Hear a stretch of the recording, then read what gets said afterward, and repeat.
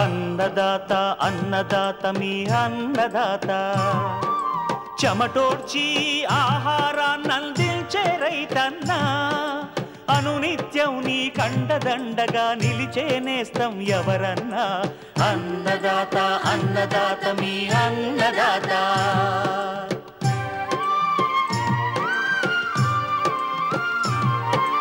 నూతన రీతుల సాగుబడికి నూరింతలు పెరిగే దిగుబడికి సూచనలిచ్చే సస్య రక్షణకు పశు పోషణకి శాస్త్ర విజ్ఞానం అందించి ముందుకు నడిపే తెలుగు రైతు భారతదేశానికి మకుటం అయ్యేలా తీర్చిదిద్దే ఆశయంతో మిమ్ము మేలు కొలిపేది అన్నదాత అన్నదాత అన్నదాత మీ అన్నదాత అన్నదాత అన్నదాత మీ అన్నదాత. అన్నదాత ప్రేక్షకులకు నమస్కారం. ఈనాటి ముఖ్యాంశాలు: వేసవి కూరగాయల సాగులో మంచి దిగుబడులకు మెలకువలు, చీనీ నిమ్మలో పిందెరాలుడుకు కారణాలు, నివారణ మార్గాలు, వేసవిలో పాడి పశువుల సంరక్షణ, ఇంకా జై కిసాన్ వ్యవసాయ సమాచారం.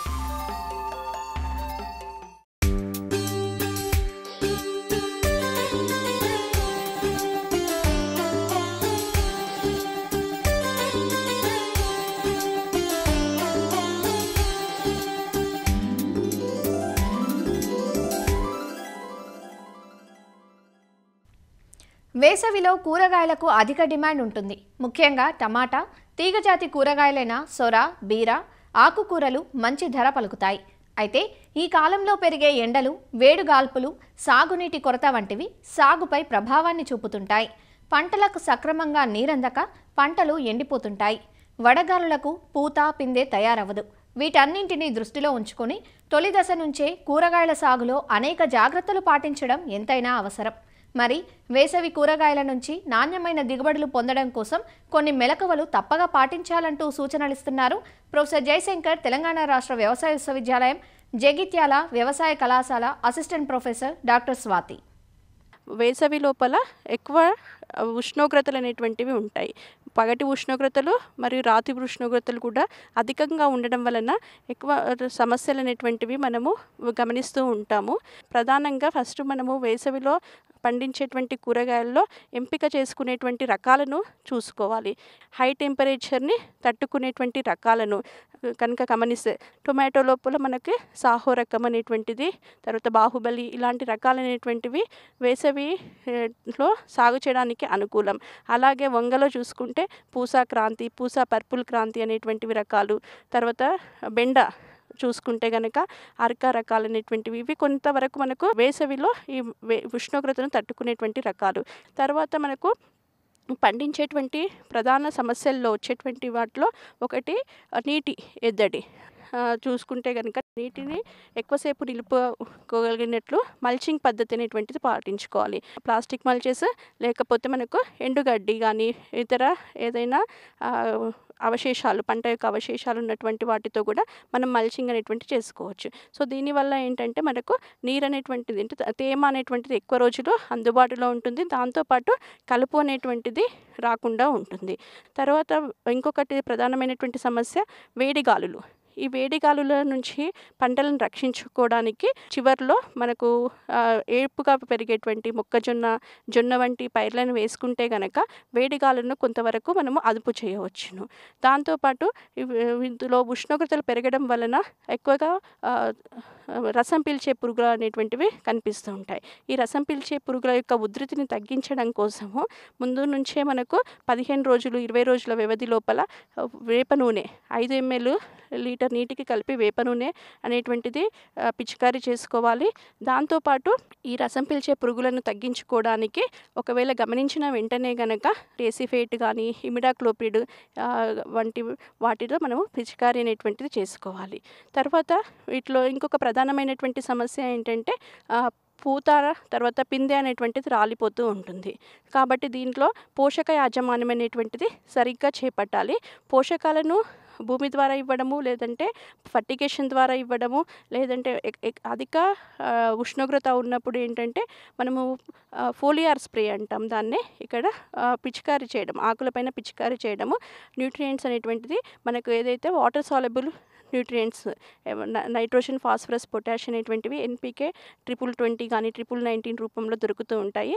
వాటిని 5 నుంచి 6 గ్రాములు 1 లీటర్ నీటికి కలుపుకొని స్ప్రే చేయడం. సూక్ష్మ పోషకాలు, ఎందుకంటే అధిక ఉష్ణోగ్రతల వలన కొన్నిసార్లు మనకు వీటిలో భౌతిక లోపాలు అనేటువంటివి గమనించడం జరుగుతుంది. సో దానికోసం అనేటువంటి 2 నుంచి 4 గ్రాములు 1 లీటర్ నీటికి కలిపి సూక్ష్మ పోషకాలను పూత దశలో కనుక, లేకపోతే పిందె పట్టిన తర్వాత కనుక మనము స్ప్రే చేసుకుంటే ఒక 10 నుంచి 15% అధిక దిగుబడులను పొందడానికి ఆస్కారం అనేటువంటిది ఉంటుంది. పూత మరియు పిందె అనేటువంటిది రాలకుండా ఉండడం కోసం మనకు నాఫ్థలిన్ ఎసిటిక్ యాసిడ్ అనేటువంటి హార్మోన్ అనేటువంటి దొరుకుతుంది. 4 లీటర్లకు 1 మిల్లీలీటర్ స్ప్రే చేసుకోవచ్చు.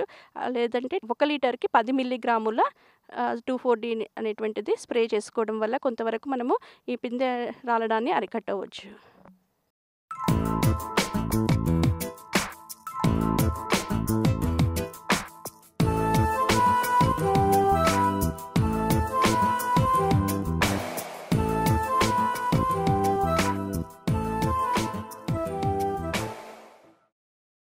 ఇరు తెలుగు రాష్ట్రాల్లో మామిడి తర్వాత అధిక విస్తీర్ణంలో సాగవుతున్న పండ్ల తోట చీనీ, నిమ్మ.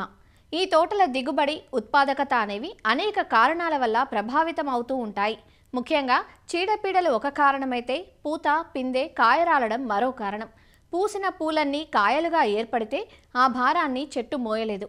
అందువల్ల సహజ సిద్ధంగానే కొంతవరకు పూత, పిందెను చెట్టు రాల్చేస్తూ ఉంటుంది. అది ఎక్కువగా రాలినప్పుడే అసలు సమస్య అంతా. ఒక్కోసారి పూత, పిందెతో పాటు ఎదిగిన కాయలు కూడా రాలిపోతూ ఉంటాయి.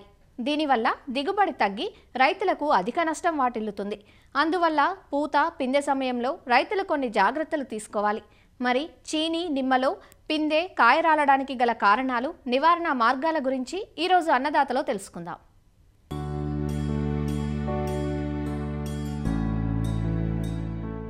చీనీ, నిమ్మ రైతులకు సర్వసాధారణంగా ఎదురయ్యే సమస్య పూత, పిందె, కాయ రాలడం. చీనీ, నిమ్మ తోటల్లో పూత, పిందె, కాయలు రాలటానికి అనేక కారణాలున్నాయి. అంతేకాదు, పిందెలు, కాయలు అన్నీ ఒకేసారి రాలవు. పిందె కట్టిన నాటి నుంచి కాయ కోత వరకు 3 దశల్లో రాలుతూ ఉంటాయి. మొదటి దశలో మగ పువ్వులు, పరాగ సంపర్కం చెందని ఆడపువ్వులు, ఫలదీకరణ చెందని ఆడపువ్వులు, కొన్ని జొన్నగింజ సైజులో ఉన్న పిందెలు రాలిపోతూ ఉంటాయి. అలాగే చెట్లపై ఎక్కువగా పిందెలు ఏర్పడినప్పుడు చెట్లు కొన్ని పిందెలను మాత్రమే నిలబెట్టుకుని మరికొన్నింటిని రాల్చేస్తూ ఉంటాయి. ఈ దశలో పూత, పిందెలు రాలటం సహజంగా జరిగే ప్రక్రియ. రెండో దశలో బఠానీ సైజు నుంచి గోళీకాయ సైజున్న పిందెలు రాలిపోతుంటాయి. ఇది సాధారణంగా వేసవి కాలంలో జరుగుతుంది. ఈ కాలంలో ఉండే ఎండ తీవ్రత వల్ల, పొడి వాతావరణం వల్ల, నీటి ఎద్దడి వల్ల, అప్పుడప్పుడు అధిక వర్షాల వల్ల, అలాగే చీడపీడల వల్ల కూడా రాలుతూ ఉంటాయి. ఒక్కొక్కసారి మొదటి దఫా పిందెలు రాలిన తర్వాత కూడా అధిక సంఖ్యలో పిందెలు లేదా కాయలుంటే చెట్లు వాటిలో కొన్నింటిని రాలుస్తాయి. ఈ దశలో పిందెలు, కాయలు రాలటం వల్ల రైతుకు కొంత ఆర్థిక నష్టం జరిగే అవకాశం ఉంది. మూడో దశలో, అంటే కాయలు ఎదుగుతున్న సమయంలో కోతకు 20 నుంచి 30 రోజుల ముందు ఎదిగిన కాయలు కూడా రాలుతాయి. దీనికి కారణం అధిక ఉష్ణోగ్రత, నీటి ఎద్దడి, అలాగే తగినంత పోషణ లేకపోవడం. కొన్ని పోషక పదార్థాల లోపం, వివిధ హార్మోనుల మధ్య సమతుల్యత లోపించటం వల్ల కూడా కోతకు తయారుగా ఉన్న కాయలు రాలుతూ ఉంటాయి. దీనివల్ల దిగుబడి చాలా తగ్గుతుంది. కనుక ఈ దశలో కాయ రాలుడును తప్పకుండా నివారించుకోవాలి. కొన్ని యాజమాన్య చర్యలు చేపట్టడం ద్వారా చీనీ, నిమ్మలో పిందె, కాయ రాలుడు సమస్యను నివారించుకోవచ్చు. సాధారణంగా చీనీ, నిమ్మలో వాతావరణపరమైన వ్యత్యాసాలు కూడా పిందె, కాయ రాలటానికి కారణమవుతాయి. ముఖ్యంగా అధిక ఉష్ణోగ్రత, అధిక చలి, అధిక వర్షాలు, తుఫాను సమయంలో ఈదురుగాలుల వల్ల కూడా కొన్నిసార్లు కాయలు రాలిపోయే అవకాశం ఉంది. దీన్ని నివారించటానికి తోట చుట్టూ ఎత్తుగా పెరిగే యూకలిప్టస్, సరుగుడు, టేకు వంటి చెట్లను గాలి నిరోధకాలుగా నాటుకోవాలి.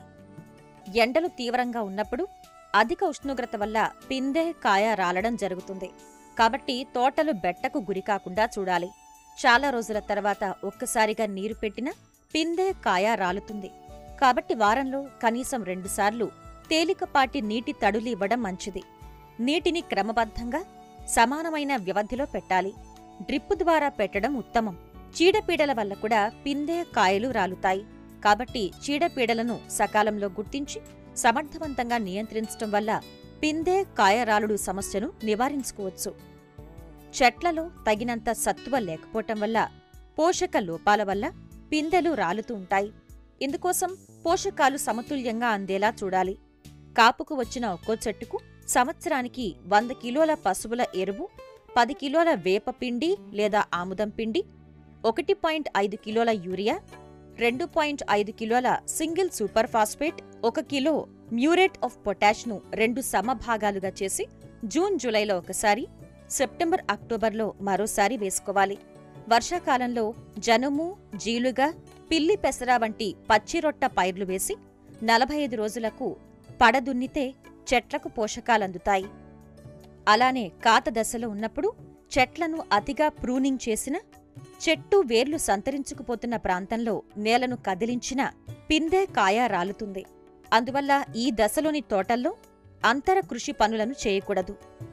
అన్ని చర్యలు పాటించినప్పటికీ కూడా పిందె కాయ రాలటం గమనించినట్లయితే హార్మోన్ల లోపం అని గుర్తించి 1 మిల్లీలీటర్ ప్లానోఫిక్స్ 4.5 లీటర్ల నీటిలో లేదా 1 గ్రాము 2,4-D 10 ppm మందును 100 లీటర్ల నీటిలో కలిపి పూత సమయంలో ఒకసారి, అలాగే పిందె గోళీ సైజులో ఉన్నప్పుడు ఇంకొకసారి పిచికారీ చేసినట్లయితే చీనీ నిమ్మలో పిందె కాయ రాలుడును తగ్గించవచ్చు. ఈ విధంగా అన్ని రకాల నివారణ చర్యలు చేపట్టడం ద్వారా చీనీ నిమ్మలో పిందె రాలుడు సమస్యను తగ్గించి మంచి దిగుబడులు పొందే అవకాశం ఉంది.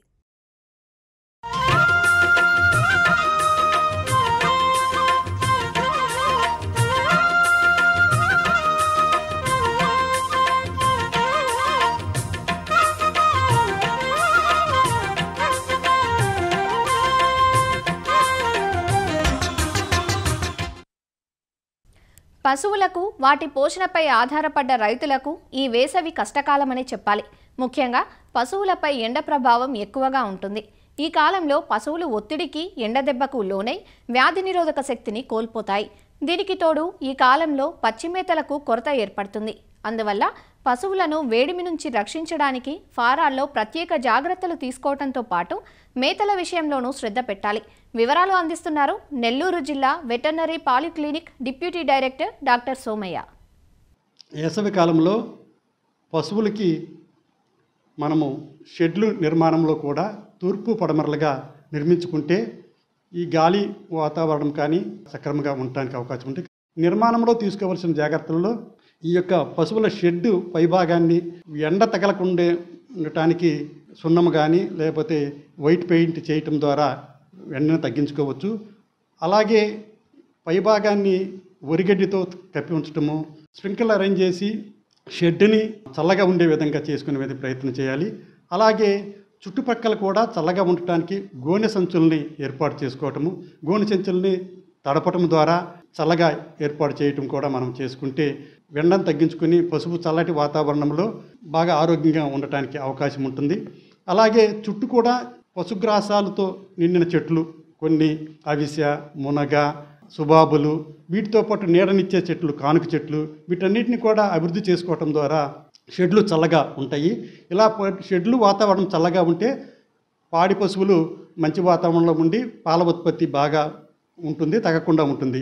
అలాగే పాడి పశువులను కానీ పశువులను కానీ మేపే సమయం కూడా ఎండాకాలంలో ఉదయం 10 గంటల తరువాత మేపకుండా వాటిని మళ్ళా షెడ్ల కింద కానీ చెట్ల కింద కానీ ఉంచాలి. అలాగే సాయంత్రం కూడా 4 గంటల తరువాత మాత్రమే ఈ పశువుల్ని మనం మేతకి ఈ గ్రేజింగ్ కోసము వదలవలసి ఉంటుంది.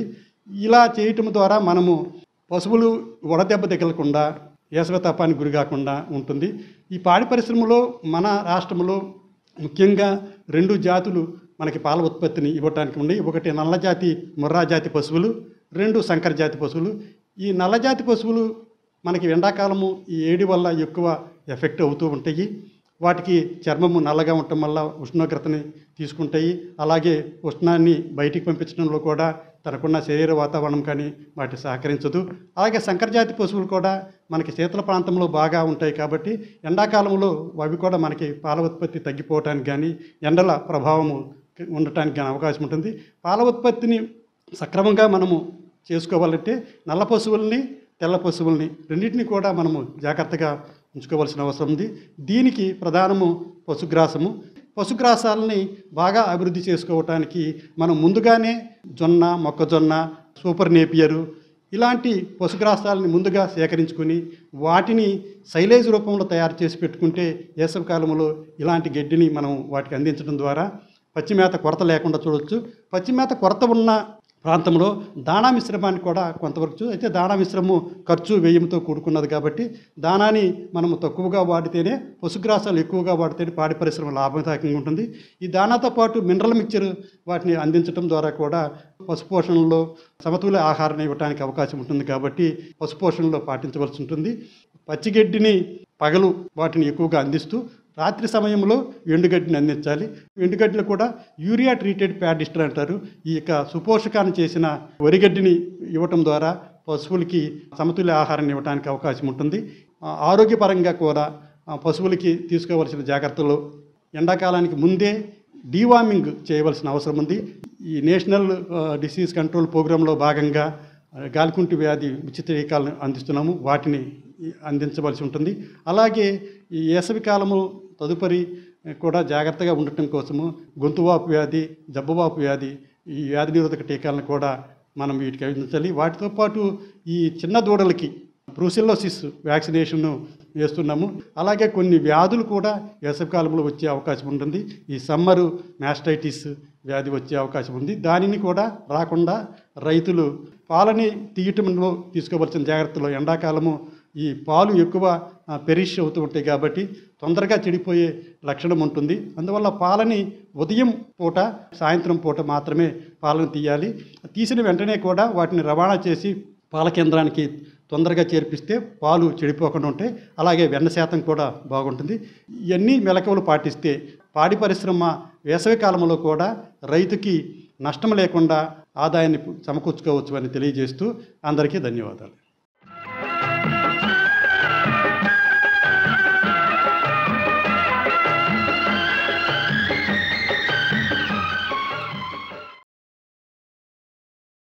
అన్నదాత టోల్ ఫ్రీ నెంబర్ ద్వారా పంటల సాగులో రైతులు లేవనెత్తే సందేహాలకు దృశ్య రూపం మీకోసం.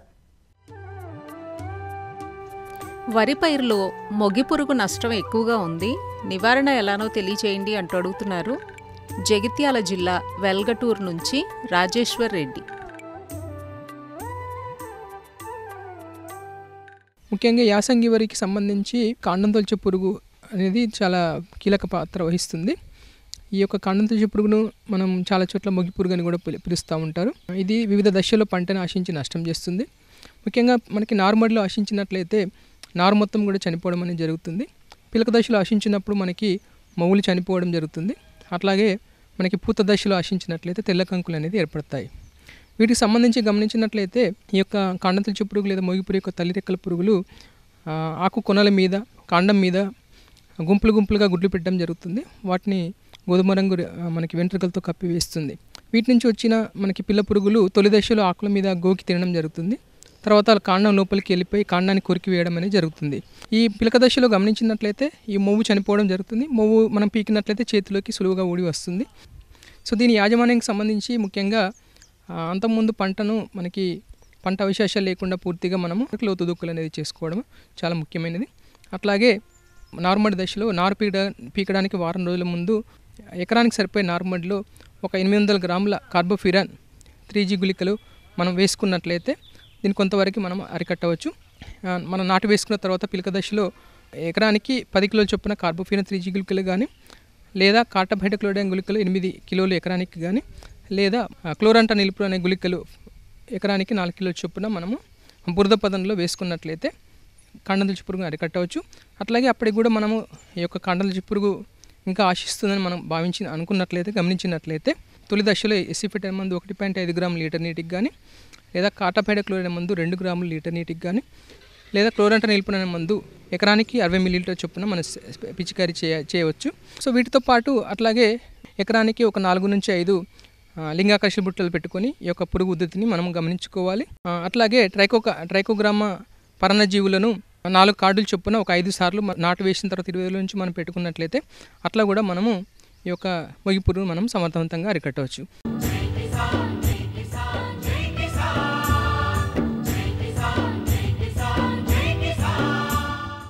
వ్యవసాయ సమాచారం ఇప్పుడు జై కిసాన్లో చూద్దాం. మునగకు ఎల్లప్పుడూ డిమాండ్ ఉంటుందని, నష్టభయం అసలే ఉండదని ధీమా వ్యక్తం చేస్తున్నారు 50 ఎకరాల్లో మునగ సాగు చేస్తున్న రైతొకరు. సంగారెడ్డి జిల్లా కంది మండలంలోని చెర్లగూడెం గ్రామంలో పత్తిలో అంతర పంటగా మునగ సాగు చేశారు రైతు శివప్రసాద్. ప్రస్తుతం పత్తి తీసేయగా మునగ కోత దశకు చేరుకుంది. పత్తి ధరల్లో కొంచెం హెచ్చుతగ్గులు ఉన్నా మునగ నుంచి ఆదాయం రాబట్టుకోవచ్చునన్న ఆలోచనతో మునగ వేశారు. మునగకు మార్కెట్లో ధర తగ్గినా కనీసం పెట్టుబడులైనా అందుతాయని, నష్టం ఉండదని రైతు చెబుతున్నారు. వ్యవసాయంలో నష్టాల బారిన పడకుండా టమాటా, మునగ, కొత్తిమీర, క్యారెట్, ఆకుకూరలు, మిర్చి వంటి పంటలను పంట మార్పిడి చేస్తూ సాగు చేస్తున్నానంటున్నారు రైతు శివప్రసాద్. ఒక 50 ఎకరాలు మునగేశాను సార్. ఫస్ట్ పత్తిలో పెట్టాను, 2 సార్లకు ఒకటి మునగ సాలు పెట్టాను. పర్వాలేదు, పత్తి కంటే మేలే. డిస్టెన్స్ వచ్చేటప్పటికి నేను 3 ఫీట్లు ఇటు పెట్టాను. ఇటేమో 12 అడుగులు, ఒక పక్క 12, ఒక పక్క 3 అడుగులు పెట్టాను. అప్పుడు పత్తి అయిపోయినాక పత్తి తీసేసాను. ఈ మునగ అది మంచి కాపు, అది బాగానే ఉంది. అంటే 2వ పంటగా ఇది అప్పుడు నేను చూన్ చేసుకున్నాను, బాగుంది. అయితే ఈ సంవత్సరం ఇంకా దాన్ని కొంచెం ఎస్టాబ్లిషన్ చేసి పత్తితో కాకుండా విడిగానే ఒక 50 ఎకరాల దాకా వేసానండి. బాగానే కాసింది. ప్రజెంట్ రేట్ అయితే బాగా పూర్తి డౌన్ అయిపోయిందండి, 15 రూపాయలకు వచ్చింది. ముందు ఒక కాపు మంచి రేటుగానే అమ్మాను, 35 రూపాయలు ఆ రేటు మీద అమ్మాను. అయితే బోయినపల్లి పంపిస్తానండి ఇవి. అయితే ఇప్పుడు దీనికి పెస్టిసైడ్స్ కానీ ఇవి కానీ చాలా తక్కువ. నెలకొకసారి కొంచెం పురుగు మందు ఒకటి అలా పలసంగా చూపించుకున్నా సరిపోద్ది. కింద బలం అయితే పెట్టుకుపోయినా పెద్ద అడవి మొక్క కాబట్టి అంత అవసరం ఉండదు. ఏదన్నా పెట్టుకున్నా అమ్మోనియం కానీ 319 ఈ డ్రిప్పులు ఎక్కించేవాడిని. కాయ అప్పుడు న్యూట్రియన్స్ ఎక్కించుకుంటే మంచి కలర్ వస్తుంది, మంచి వెయిట్ వస్తుంది. 50 ఎకరాలకు గాను నాకు ఒక 15-20 లక్షల దాకా ఖర్చు వచ్చిందండి. ఈ ఫస్ట్ కోతకి ఓ 10 లక్షల దాకా వచ్చినాయి. కానీ నాకు బయటపడతానని కొంచెం ఇదిగా ఉంది. ఈ రేట్ల మీద 15 రూపాయలు అంటే డౌన్ అయింది బాగా. ఏదన్నా ఒక 10 రూపాయలన్నా 25 రూపాయలన్నా ఉంటే రైతుకి కొంచెం ఆశాజనకంగానే ఉంటుంది. నల్ల భూముల కంటే చిలక భూములు బాగుంటాయి. ఇక్కడ నీళ్లు చాలా తక్కువ తీసుకుంటుంది. ఇది కొత్తగా వేసింది 2 పక్కల 12 పెట్టేసాను. అది ఇంకా బాగుందండి. 2 పక్కల ట్రాక్టర్ తిరుగుద్ది. మందు కొట్టుకోవడానికి నేను ట్రాక్టరే పెట్టుకుంటాను. ట్రాక్టర్ కూడా పైన టాప్ మీద కూర్చొని కొట్టడానికి 4 సార్లు ఎంత ఎత్తుండా బాగా కన్వీనియంట్గా ఉంటుంది పెద్ద రైతులైతే. PKM 1 ఇది మార్కెట్లో మంచి రేట్లో పోద్దండి ఈ విత్తనం. ఒక ఎకరానికి 1/2 కేజీ నుంచి 30 కేజీ దాకా సరిపోతాయండి. నేను ఉండవల్లి దగ్గర తెచ్చానండి విత్తనాలు. నెంబర్ 1 అండి PKM 1 ఇది. లేబర్ ఖర్చులే ఎక్కువైనాయండి, కూలోళ్ళు బాగా ప్రాబ్లంగా ఉంటుంది ఇక్కడ. నేను బయట నుంచి తెచ్చుకుంటాను. కూలోళ్ళు ఒక్కటే కానీ ప్రాబ్లం, కత్తిమదే ప్రాబ్లం ఉన్నది. ఇది పత్తి కంటే మేలు. అయితే కొంచెం తక్కువ నీళ్ళైనా వాడుకోవచ్చు. చిలక భూములు అయితే బాగుంటాయండి. చిలక భూములు అయితే మనకి కొంచెం ముందు వస్తుంది, ఈల్డింగు బాగుంటుంది. ఈ నల్ల భూములు అంటే ఒక్కోసారి కాయకుండా కూడా ఎగ్గొడతాయి. నీళ్ళు ఎక్కువ పెట్టినప్పుడు కొంచెం బాగా 4 రోజులు స్పీడ్గా నీళ్ళు పెట్టామనుకోండి అంత కాయకుండా పోతాయి. చిలక భూములు అంటే నీళ్ళు ఎక్కువైనా తట్టుకుంటుంది, నీళ్ళు తక్కువైనా తట్టుకుంటుంది. నష్టం అయితే ఏం రాదండి. దానికైనా వస్తాయి, సొమ్ములు చేసుకోవచ్చు. పత్తి అయితే పూర్తిగా నష్టపోతాం. నవంబర్లో వేసానండి, ఇప్పుడు వచ్చింది. మన పత్తితో పాటు వేసుకుంటే బెటరు. జనవరి ఫిబ్రవరిలో కాయలు దిగుతాయి. నవంబర్లో వేసుకుంటేనేమో ఇప్పుడు ఏప్రిల్లో దిగుతాయండి. వారానికి ఒక రోజు తెంపు అయిద్దండి. ఈ కాపు అయిపోయింది అనుకోండి, మళ్ళీ ఒక 1-2 నెలలు చెట్టు రెస్ట్ తీసుకొని మళ్ళీ కాపు కావడానికి ఛాన్సెస్ ఎక్కువ ఉంటాయి. ప్రస్తుతం మునగకు మార్కెట్లో ధరలు కాస్త తక్కువగా ఉన్నాయంటున్నారు రైతు. ఏటా ఆదాయాన్నిచ్చే మునగలో నష్టాలు అంతగా ఉండవని, ఎంత తక్కువకి అమ్మినా పెట్టుబడి ఖర్చులు మాత్రం వెనక్కి వస్తాయంటున్నారు రైతు శివప్రసాద్. మరిన్ని విభిన్న అంశాలతో రేపటి అన్నదాతలో మళ్ళీ కలుసుకుందాం. నమస్కారం. అన్నదాతలు తమ సందేహాలు, సమస్యలను 1800-425-4085 టోల్ ఫ్రీ నెంబర్లో ఉదయం 10 గంటల నుంచి 11 గంటల మధ్య పని దినాలలో సంప్రదించగలరు. ఈ కార్యక్రమాన్ని యూట్యూబ్లో www.youtube.com/అన్నదాత ఈటీవీ లింక్ ద్వారా వీక్షించవచ్చు. అన్నదాత కథనాలు ఈటీవీ విన్ మొబైల్ యాప్లో వీక్షించండి.